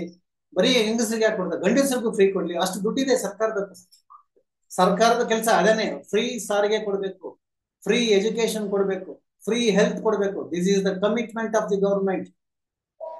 ಇದು ಸರ್ಕಾರದ ಕೆಲಸ. ಇದೆ ಸರ್ಕಾರದ ಕೆಲಸ. ಟೆಂಡರ್ ಕರೆದ್ಬಿಟ್ಟು ರಸ್ತೆ ಗುಂಡಿ ಬಿದ್ದಿರೋ ರಸ್ತೆ ಮುಚ್ಚೋದು ಅಥವಾ ಇನ್ನು ಬಿದ್ದೋಗೋ ಸೇತುವೆ ಕಟ್ಟೋದು ಅಲ್ಲ ಸರ್ಕಾರದ ಕೆಲಸ. ಫಸ್ಟ್ ಎಜುಕೇಶನ್, ಟ್ರಾನ್ಸ್ಪೋರ್ಟ್, ಹೆಲ್ತ್, ಈ ಮೂರು ಬೇಸಿಕ್ ಇನ್ಫ್ರಾಸ್ಟ್ರಕ್ಚರ್ ಕೊಡಬೇಕು ಸರ್ಕಾರ. ಸೊ ಇದನ್ನ ಕೊಟ್ರೆ ಕಾಂಗ್ರೆಸ್ನವರೇ ಲೇವಡಿ ಮಾಡ್ತಾರೆ, ಸಿದ್ದರಾಮಯ್ಯನವರ ನವಗ್ರಹಗಳು ಲೇವಡಿ ಮಾಡ್ತಾರೆ. KN ರಾಜಣ್ಣ ಅಂತಾರೆ, ಸುರ್ಜೇವಾಲಾ ಯಾರ್ರೀ, ನನಗೇನ್ರಿ ಮಾಡ್ತಾರ ಅವರು ಅಂತಾರೆ. ನಾನೇನು ಶ್ರೀರಾಮಚಂದ್ರನ ಅಂತ ಹೇಳಿ ಏನದು ಮಹಿಳೆಯರ ಜೊತೆ ಚಕ್ಕಂದ ಆಡಿ, ನಾನೇನು ಶ್ರೀರಾಮಚಂದ್ರನ ಚಕ್ಕಂದ ಆಡಿ ಕಚ್ಚೆ ಹರಕ ರಾಜಕಾರಣಿ ತರ ಮಾತನಾಡಿದ KN ರಾಜಣ್ಣ ಹೈಕಮಾಂಡ್ ಕೇಳ್ತಾರೆ, ನಾನ್ಯಾಕ್ರಿ ಎದುರ್ಕೊಳ್ರಿ ಅಂತ. ಕಚ್ಚೆ ಹರಕ ರಾಜಕಾರಣಿ ಯಾಕೆ ಅಂತ ಹೇಳ್ತೀನಿ ಅಂತಂದ್ರೆ, ಸೊ ಅವರು ನಾನೇನು ಶ್ರೀರಾಮಚಂದ್ರ ಅಲ್ಲ ಅಂದ್ರೆ, ಶ್ರೀರಾಮಚಂದ್ರ ಏಕಪತ್ನಿ ವೃತ್ತಸ್ಥ, ನಾನು ಶ್ರೀರಾಮಚಂದ್ರ ಅಲ್ಲ ಅಂದ್ರೆ ನಾನು ಸಿಕ್ತವ್ರೆಲ್ಲ ನನ್ನ ಹೆಂಡ್ತಿರೆ, ಅವ್ರು ಯಾರು ಬೇಕಾರಾಗಿರೋರು ನನ್ನ ಹೆಂಡ್ತಿರೆ, ನನ್ನ ಸಖಿಯರೇ, ನನ್ನ ಹಾಸಿಗೆ ಹೊರಡಾಡ್ಬೇಕು. ಅದಕ್ಕೆ ಕಚ್ಚೆ ಹರಕರು ಅಂತ ಹೇಳಿ. ಕಂಡಲ್ಲಿ ಕಚ್ಚೆ ಬೀಚವ್ರೆ, ಕಚ್ಚೆ ಹರಕು. ಅದನ್ನ ಅವರೇ ರಾಜಣ್ಣನೇ ಒಪ್ಕೊಂಡವ್ರೆ. ಏನದು ಸ್ವೀಟ್ ಏನದು, ಸೊ ಹನಿ ಟ್ರ್ಯಾಪ್, ಹನಿ ಹನಿ ಟ್ರ್ಯಾಪ್. ಸೊ ಅಂತ ಹನಿ ಟ್ರ್ಯಾಪ್, ಹನಿಗಳ ಹನಿ ಕುಡಿದಂತಹ ಹನಿ ರಾಜಣ್ಣ ಕಾಲೆತ್ತಿ ಸುಸ್ತಾಗಿ ಮಲ್ಕೋಬೇಕೀಗ, ರಿಟೈರ್ಡ್ ಆಗ್ಬೇಕೀಗ. ಸೊ ಇಂಥ ರಾಜಣ್ಣ ಈಗ ಹೇಳ್ತಾರೆ ಅವ್ರು ಏನು ಗುಟ್ರ ಹಾಕ್ತಾರೆ. ಆ ಗುಟ್ರ ಹಾಕೋ ಶಕ್ತಿ ಯಾವುದು? ಸಿದ್ದರಾಮಯ್ಯನವರ ನವಗ್ರಹ ಶಕ್ತಿ.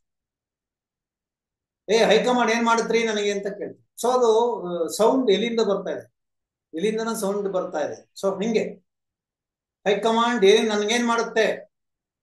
ರಾಜಣ್ಣ ರಿಟೈರ್ಡ್ ಆಗಿ ಮಲ್ಕೋಬೇಕು.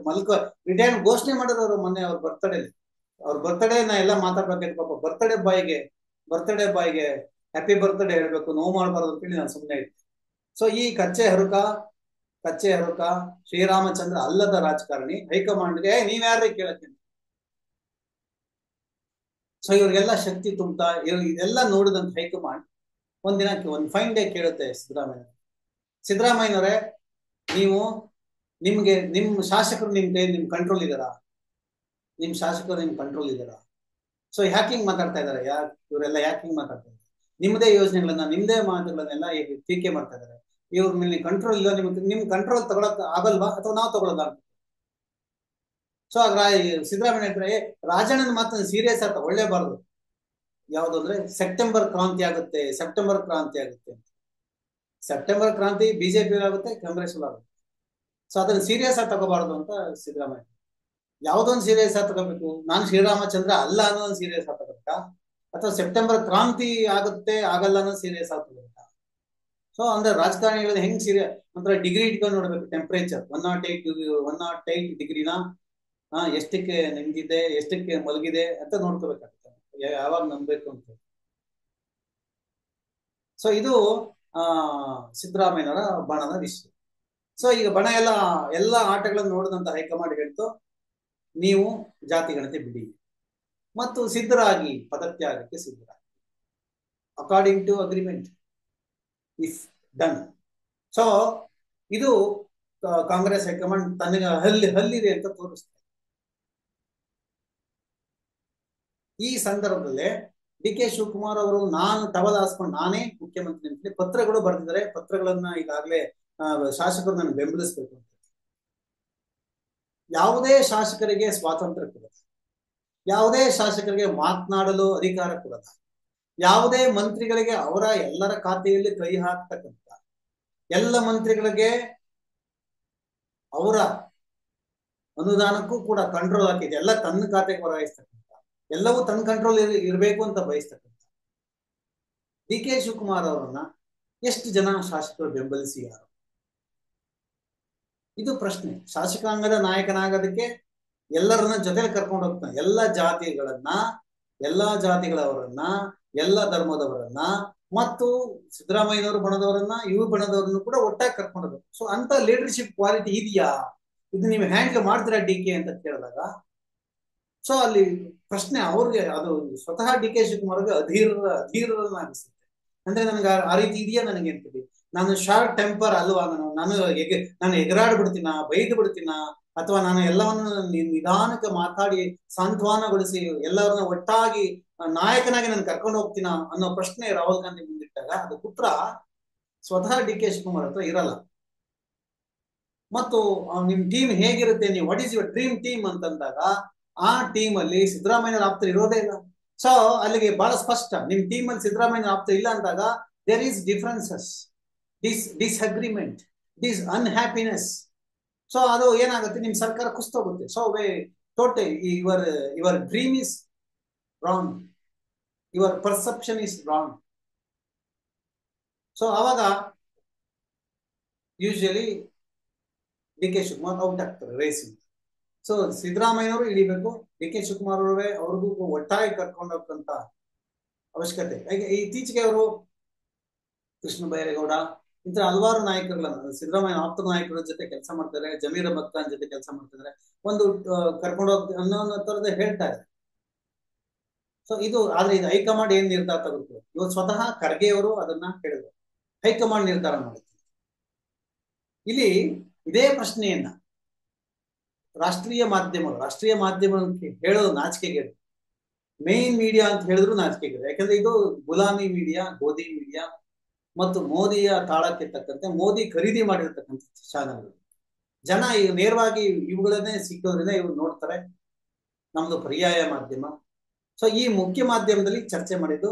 ಹಾಗಾದ್ರೆ ಹೈಕಮಾಂಡ್ ಯಾರು? ಖರ್ಗೆ ಯಾಕೆ ಈಗ ಹೇಳ್ತಾ ಇದ್ದಾರೆ ಹೈಕಮಾಂಡ್ ನಿರ್ಧಾರ ಮಾಡುತ್ತಂದ್ರೆ? ಎಐಸಿಸಿ ಅಧ್ಯಕ್ಷ ಹೈಕಮಾಂಡ್ ಅಲ್ವಾ? ಕೇವಲ ಗಾಂಧಿ ಫ್ಯಾಮಿಲಿ ಮಾತ್ರ ಇಲ್ಲಿ ನಿರ್ಧಾರ ಮಾಡುತ್ತಾ ಅನ್ನೋ ಪ್ರಶ್ನೆಗಳನ್ನ ಖರ್ಗೆ ಅವರ ಮುಂದೆ ಇಟ್ರು. ಖರ್ಗೆ ಅವರ ಮಾತುಗಳನ್ನ ವ್ಯಂಗ್ಯ ಮಾಡಿದ್ರು. ಇಲ್ಲಿ ಖರ್ಗೆ ಅವರು ಹೇಳ್ತಾ ಇರ್ತಕ್ಕಂಥದ್ದು ಹೈಕಮಾಂಡ್ ಅಂತಂದ್ರೆ ಕೇವಲ ಎಐಸಿಸಿ ಅಧ್ಯಕ್ಷರು ಒಬ್ಬರೇ ತೀರ್ಮಾನ ತೆಗೆದುಕೊಳ್ಳಲ್ಲ. ಒಂದು ಕಾರ್ಯಕಾರಿ ಸಮಿತಿ ಇದೆ. ಆ ಸಮಿತಿಯಲ್ಲಿ ಚರ್ಚೆ ಮಾಡಿ ನಿರ್ಧಾರ ತೆಗೆದುಕೊಳ್ತಾರೆ. ಅದಲ್ವ ಹೈಕಮಾಂಡ್? ಅವ್ರು ಯಾರು? ಹೈಕಮಾಂಡ್ ಅಂದ್ರೆ ಯಾರು? ಆ ಒಂದು ಸಮಿತಿ ಇದೆ, ಆ ಸಮಿತಿ ನಿರ್ಧಾರ ಮಾಡುತ್ತಲ್ಲ. ಸೊ ಇದನ್ನ ಬಹಳ ಸ್ಪಷ್ಟವಾಗಿ ಸರಳವಾಗಿ ಹೇಳ್ಬೋದಾಗುತ್ತೆ ಮೀಡಿಯಾ. ಅಂದ್ರೆ ಅದನ್ನ ವ್ಯಂಗ್ಯ ಮಾಡಿ ಅವ್ರ ಟಾರ್ಗೆಟ್ ರಾಹುಲ್ ಗಾಂಧಿ, ಅವ್ರ ಟಾರ್ಗೆಟ್ ಸೋನಿಯಾ ಗಾಂಧಿ. ರಾಹುಲ್ ಗಾಂಧಿ ಇಲ್ಲದ ಕಾಂಗ್ರೆಸ್ ಬೇಕು ಅಂತ ಹೇಳಿ ಕಾಂಗ್ರೆಸ್ನಲ್ಲೇ ಎಷ್ಟೋ ಜನ ಬಯಸ್ತಾರೆ, ಎಷ್ಟೋ ಜನ ಮಾತನಾಡ್ತಾ ಇರ್ತಾರೆ. ಮುಂದೆ ಟಿವಿಗಳಲ್ಲಿ ಚಾನೆಲ್ ಕುತ್ಕೊಂಡು ಡಿಬೇಟ್ ಮಾಡ್ತಾ ಕಾಂಗ್ರೆಸ್ ಹೊಗಳ್ತಾ ಇರ್ತಾರೆ. ಬಾಯಿ ಒಳಗಡೆ ಮಾತ್ರ ರಾಹುಲ್ ಗಾಂಧಿ ಇಲ್ಲದ ಕಾಂಗ್ರೆಸ್ ಬೇಕು ಅಂತ ಬಯಸ್ತಾರೆ. ಇದು ಸತ್ಯ. ಸೊ ಇವತ್ತು ಹೇಗೆ ಕಾಂಗ್ರೆಸ್ ಮಾಧ್ಯಮಗಳು ಇಲ್ಲದೆ ಕಾಂಗ್ರೆಸ್ ಈಗ ಒಂದು ಕಟ್ಟಬೇಕಾಗಿದ್ದು, ಮಾಧ್ಯಮಗಳ ಬೆಂಬಲ ಇಲ್ಲದೆ ಕಾಂಗ್ರೆಸ್ ಅನ್ನು ಕಟ್ಟಬೇಕಾಗಿದ್ದು, ಕೆಲವು ಮತ್ತು ಈ ಕಾಂಗ್ರೆಸ್ನ ಒಳಗಡೆನೆ ಬೆಂಬಲ ಇರತಕ್ಕಂಥ ಕಾಂಗ್ರೆಸ್ ಅನ್ನು ಕಟ್ಟಬೇಕಾಗಿತ್ತು. ಸೊ ಅಂತ ಸವಾಲು ಇವತ್ತು ರಾಹುಲ್ ಗಾಂಧಿ ಮುಂದೆ ಇದೆ. ಡಿ ಕೆ ಶಿವಕುಮಾರ್ ಮತ್ತು ಸಿದ್ದರಾಮಯ್ಯ ಹೊರತಾಗಿ ಮೂರನೆಯ ವ್ಯಕ್ತಿ, ಮೂರನೆಯ ಶಕ್ತಿ ಯಾವುದು ಅಧಿಕಾರ ಹಿಡಿಯುತ್ತೆ ಅನ್ನೋದು ಈ ಕರ್ನಾಟಕ ಪ್ರಮುಖ ಪ್ರಶ್ನೆ. ಸೊ ಖರ್ಗೆ ಅವರು ಬರ್ತಾರ? ಹಿರಿಯರಾದಂತ ಖರ್ಗೆ ಅವರು ಅಂದ್ರೆ ದಲಿತ ನಾಯಕರು, ಹಿರಿಯ ನಾಯಕರು ಮತ್ತು ರಾಷ್ಟ್ರ ಮಟ್ಟದಲ್ಲಿ ಗುರುತಿಸ್ಕೊಂಡಿರ್ತಕ್ಕಂಥವ್ರು. ಸೊ ಇವರಿಗೆ ಜಾತಿ ಗಣತಿ ಆಧಾರದ ಮೇಲೆ ಬಿಹಾರದ ಚುನಾವಣೆ ನೀವು ಪ್ರೊಜೆಕ್ಟ್ ಮಾಡೋದಾದ್ರೆ ಒಬ್ಬ ದಲಿತ ನಾಯಕರನ್ನ ಮುಖ್ಯಮಂತ್ರಿ ಮಾಡತಕ್ಕಂತ ಒಂದು ಆಸೆಯನ್ನು ಈಡೇರಿಸಿದಂಗಾಗುತ್ತೆ. ಮತ್ತು ಖರ್ಗೆ, ಡಿ ಕೆ ಶಿವಕುಮಾರ್ ಬಣದವರನ್ನ ಮತ್ತು ಸಿದ್ದರಾಮಯ್ಯನ ಬಣದವರನ್ನ ಇಬ್ಬರನ್ನೂ ಯಾವುದೇ ಒಂದು ಆಂತರಿಕ ಕಲಹ ಆಗದಂತೆ ಒಂದು ಸುದೀರ್ಘ ನಾಯಕತ್ವ ಇರ್ತಕ್ಕಂಥ ಮತ್ತು ಹಳಬರಾಗಿರ್ತಕ್ಕಂಥ ಕರ್ನಾಟಕದ ರಾಜಕೀಯ ಚೆನ್ನಾಗಿ ಗೊತ್ತಿರ್ತಕ್ಕಂಥ ಖರ್ಗೆ ಅವರು ಬಂದ್ರೆ ಹೇಗಿರುತ್ತೆ? ಕೇವಲ ಮುಖ್ಯಮಂತ್ರಿ ಬದಲಾವಣೆ ಅಷ್ಟೇ ಅಲ್ಲ, ಡಿ ಕೆ ಶಿವಕುಮಾರ್ ಅವರ ಸ್ಥಾನವೂ ಕೂಡ ಬದಲಾಗುತ್ತೆ. ಸೊ ಅಲ್ಲಿ ಸತೀಶ್ ಜಾರಕಿಹೊಳಿಯನ್ನ ಕೆಪಿಸಿಸಿ ಅಧ್ಯಕ್ಷರನ್ನಾಗಿ ಮಾಡಬಹುದು. ಹಾಗೆ ಈಶ್ವರ್ ಖಂಡ್ರೆ ಅಥವಾ ಈಶ್ವರ್ ಖಂಡ್ರೆ ಅವ್ರನ್ನ ಮಾಡ್ಬೋದು. ಈಶ್ವರ್ ಖಂಡ್ರೆ ಅವ್ರನ್ನ ಉಪಮುಖ್ಯಮಂತ್ರಿ ಮಾಡ್ಬೋದು. ಅಂದ್ರೆ ಲಿಂಗಾಯತ ಸಮುದಾಯ ಮತ್ತು ಒಕ್ಕಲಿಗ ಸಮುದಾಯದ ಇನ್ನೊಬ್ಬರನ್ನ ಪ್ರಮುಖನಾಗಿ ಉಪಮುಖ್ಯಮಂತ್ರಿಯನ್ನಾಗಿ ಮಾಡಿ. ಸೊ ಎಲ್ಲ ಸಮುದಾಯ, ದಲಿತರು, ಲಿಂಗಾಯತರು ಮತ್ತು ಇವರು ಇಷ್ಟು ಜನರನ್ನ ಒಟ್ಟಾಗೆ ಕರೆತಕ್ಕಂಥ ಒಂದು ಹೊಸ ಫಾರ್ಮುಲಾವನ್ನ ಕಂಡಿಡ್ಕೊಂಡಿದೆ ಕಾಂಗ್ರೆಸ್, ರಾಹುಲ್ ಗಾಂಧಿ. ಸೊ ಈ ಫಾರ್ಮುಲಾ ಹಿಂಗೆ ಬೆಚ್ಚಿ ಬಿದ್ದಿರತಕ್ಕಂಥದ್ದು ಡಿ ಕೆ ಶಿವಕುಮಾರ್ ಬಣ ಮತ್ತು ಸಿದ್ದರಾಮಯ್ಯ. ಸೊ ಹಾಗಾಗಿ ನಾವಿಬ್ರು ಒಟ್ಟಾಗಿದ್ದೀವಿ, ನೋ ಪ್ರಾಬ್ಲಮ್ ಅಂತ. ಆದ್ರೆ ಕಾಂಗ್ರೆಸ್ ಹೈಕಮಾಂಡ್ ತೀರ್ಮಾನವೇ ಬೇರೆ ಆಗಿದೆ. ಹೈಕಮಾಂಡ್ ತೀರ್ಮಾನ ಏನಂತ ಹೇಳಿ ನಿಮ್ಗೆ ಶಾರ್ಟ್ ಆಗಿ ಹೇಳಿದೀವಿ. ಸೊ ಇದು ಸದ್ಯದ ಕಾಂಗ್ರೆಸ್ನ ಸ್ಥಿತಿ. ಅಂದ್ರೆ ನೀವು ಸಿದ್ದರಾಮಯ್ಯ ಎಲ್ಲರ ಶಾಸಕರನ್ನ ನೀವು ಕರ್ಕೊಂಡು ಹೋಗಕ್ ಆಗಿಲ್ಲ ಅಂತ ಹೇಳಿ, ಮತ್ತು ನಿಮ್ಮ ಡ್ರೀಮ್ ಕ್ಯಾಬಿನೆಟ್ ನಿಮ್ದು ಅಲ್ಲಿ ಎಕ್ಸ್ಕ್ಲೂಡ್ ಸರಿ ಇಲ್ಲ ಅಂತ ಹೇಳಿ ಡಿ ಕೆ ಶಿವಕುಮಾರ್. ಸೊ ಇನ್ನು ಕಮ್ಯುನಿಟಿ ವೈಸ್ ಜಾತಿ ಗಣತಿಯ ಆಧಾರವಾಗಿ ಇಟ್ಕೊಂಡು ನ್ಯಾಷನಲ್ ಲೆವೆಲ್ ಅಲ್ಲಿ ಫ್ಯೂಚರ್ ಪಾಲಿಟಿಕ್ಸ್ ಅನ್ನ ಒಂದು ಶೇಪ್ ಮಾಡ್ತಕ್ಕಂಥ ರಾಹುಲ್ ಗಾಂಧಿಗೆ ಸತೀಶ್ ಜಾರಕಿಹೊಳಿ, ಈಶ್ವರ್ ಖಂಡ್ರೆ, ಸೊ ಈ ರೀತಿಯ ಒಂದು ಬೇರೆಯದೇ ಆದಂತಹ ಹೊಸ ಪಡೆಯನ್ನ ಕಾಂಗ್ರೆಸ್ ನಲ್ಲಿ ಕಟ್ಕೋಬೇಕು ಅನ್ನೋದು ಕೂಡ ಅವರ ಒಂದು ದೂರದೃಷ್ಟಿ. ಸೊ ಇವೆಲ್ಲವೂ ಸಕ್ಸಸ್ ಆಗುತ್ತೆ ಅಂತ ಹೇಳಿ ರಾಹುಲ್ ಗಾಂಧಿ ಹೇಳ್ತಾ ಇದ್ದಾರೆ. ಸೊ ಇದು ಇವತ್ತಿದ್ದ ನನ್ನ ವಿಶ್ಲೇಷಣೆ. ಇಲ್ಲಿ ಏನು ಸಿದ್ದರಾಮಯ್ಯನವರು ಏನು ಬಿಜೆಪಿಗೆ ಪೂರ್ಣ ಅಧಿಕಾರ ಯಾವತ್ತೂ ಜನ ಕೊಟ್ಟಿಲ್ಲ, ಜೆಡಿಎಸ್ಗೆ ಅಧಿಕಾರಕ್ಕೆ ಬರೋಕ್ಕೆ ಸ್ವಂತ ಶಕ್ತಿ ಇಲ್ಲ ಅಂತ ಹೇಳಿದರೆ ಅವರು KRS ನಲ್ಲಿ ಬಿಜೆಪಿ ಆಪರೇಷನ್ ಕೃಷಿ ಪ್ರಗತಿಗಾಗಿ ವರ್ಷಕ್ಕೆ 19,000 ಕೋಟಿ ರೂಪಾಯಿ ನಾವು ಸಬ್ಸಿಡಿನ ರೈತರಿಗೆ ಕೊಟ್ಟಿದ್ದೇವೆ. ನಾವು ಈ ಬಾರಿ ಕಾವೇರಿ ಅಭಿವೃದ್ಧಿ ನಿಗಮಕ್ಕೆ 3,000 ಕೋಟಿ ರೂಪಾಯಿ ಕೊಟ್ಟಿದ್ದೇವೆ. ಈಗ ಯಾರು ಟೀಕಿಸ್ತಾ ಇದ್ದಾರೆ ಈಗ ಅಧಿಕಾರದಾಗ ಏನೂ ಹಣ ಕೊಡ್ಲಿಲ್ಲ ಅಂತ ಹೇಳ್ತಾರೆ. ಅವೆಲ್ಲ ಓಕೆ. ಕೃಷ್ಣ ಸಾಗರ 124 ಅಡಿ 120 ಅಡಿ ಭರ್ತಿಯಾಗಿದೆ. ಅಣೆಕಟ್ಟಿಗೆ 49 ನೀರಿನ ಸಾಮರ್ಥ್ಯ ಇದೆ. 193 ವರ್ಷಗಳಲ್ಲಿ 76 ಬಾರಿ ಭರ್ತಿಯಾಗಿದೆ. ಇನ್ನು 2023-2024 ಬರಗಾಲ ಇತ್ತು. ಈ ಕಾರಣಕ್ಕೆ ಸಿದ್ದರಾಮಯ್ಯ ಕಾಲುಗುಣ ಚೆನ್ನಾಗಿಲ್ಲ, ಕಾಂಗ್ರೆಸ್ನ ಸರ್ಕಾರದ ಕಾಲುಗುಣ ಸರಿ ಇಲ್ಲ ಅಂತ ಹೇಳಿ ವಿರೋಧ ಪಕ್ಷ ಟೀಕಿಸ್ತಾ ಇದ್ದ. ಆದ್ರೆ ಈಗ 2 ವರ್ಷಗಳಿಂದ ರಾಜ್ಯದಲ್ಲಿ ಮಳೆ ಬೆಳೆ ಉತ್ತಮವಾಗ್ತಾ ಇದೆ. ವಿರೋಧ ಪಕ್ಷಗಳು ಮೂಢಾತ್ಮರು ಈಗ ಏನ್ ಹೇಳ್ತಾರೆ ಅಂತ ಹೇಳಿ ಅವ್ರನ್ನ ಟೀಕೆ ಮಾಡ್ತಾರೆ. ಸೊ ಇದೆಲ್ಲದರ ನಡುವೆ ನಾವು ಗಮನಿಸ್ತಕ್ಕಂಥದ್ದು ಇಲ್ಲಿ ಬಹಳ ಸಿದ್ದರಾಮಯ್ಯನವರ ನಡೆಯನ್ನ, ಸತೀಶ್ ಜಾರಕಿಹೊಳಿ ಎಲ್ಲಿದ್ದಾರೆ ಅಂತಂದ್ರೆ, ಸತೀಶ್ ಜಾರಕಿಹೊಳಿ ಏನ್ ಮಾಡ್ತಾ ಇದ್ದಾರೆ, ಅವ್ರು ಎಲ್ಲಿದ್ದಾರೆ ಅಂತ ಕೂಡ ನಾನು ಗಮನಿಸಿದೆ. ಅವರು ಇರ್ತಕ್ಕಂಥದ್ದು ಬೆಳಗಾವಿಯಲ್ಲಿದ್ದಾರೆ. ರಾಜ್ಯಾದ್ಯಂತ ಬಸ್ ನಿಲ್ದಾಣಗಳಲ್ಲಿ ಊರುಗಳಿಗೆ ತೆರಳತಕ್ಕ ಸಿಸಿ ಕ್ಯಾಮೆರಾ ಅಳವಡಿಸುವ ಬಗ್ಗೆ ಮಾತನಾಡ್ತಾರೆ. ಸಚಿವ ರಾಮಲಿಂಗಾರೆಡ್ಡಿ ಅವರಿಗೆ ಹೇಳ್ತೀವಿ ಅಂತ ಹೇಳ್ತಾ ಇದ್ದಾರೆ.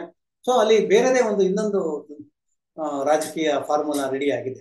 ಸೊ ಇದು ನಿಮ್ ಮುಂದೆ ಕಾಂಗ್ರೆಸ್ನ ಒಂದು ಒಂದು ಸ್ಥಿತಿಯನ್ನ ಇಟ್ಟಿದ್ದೀನಿ.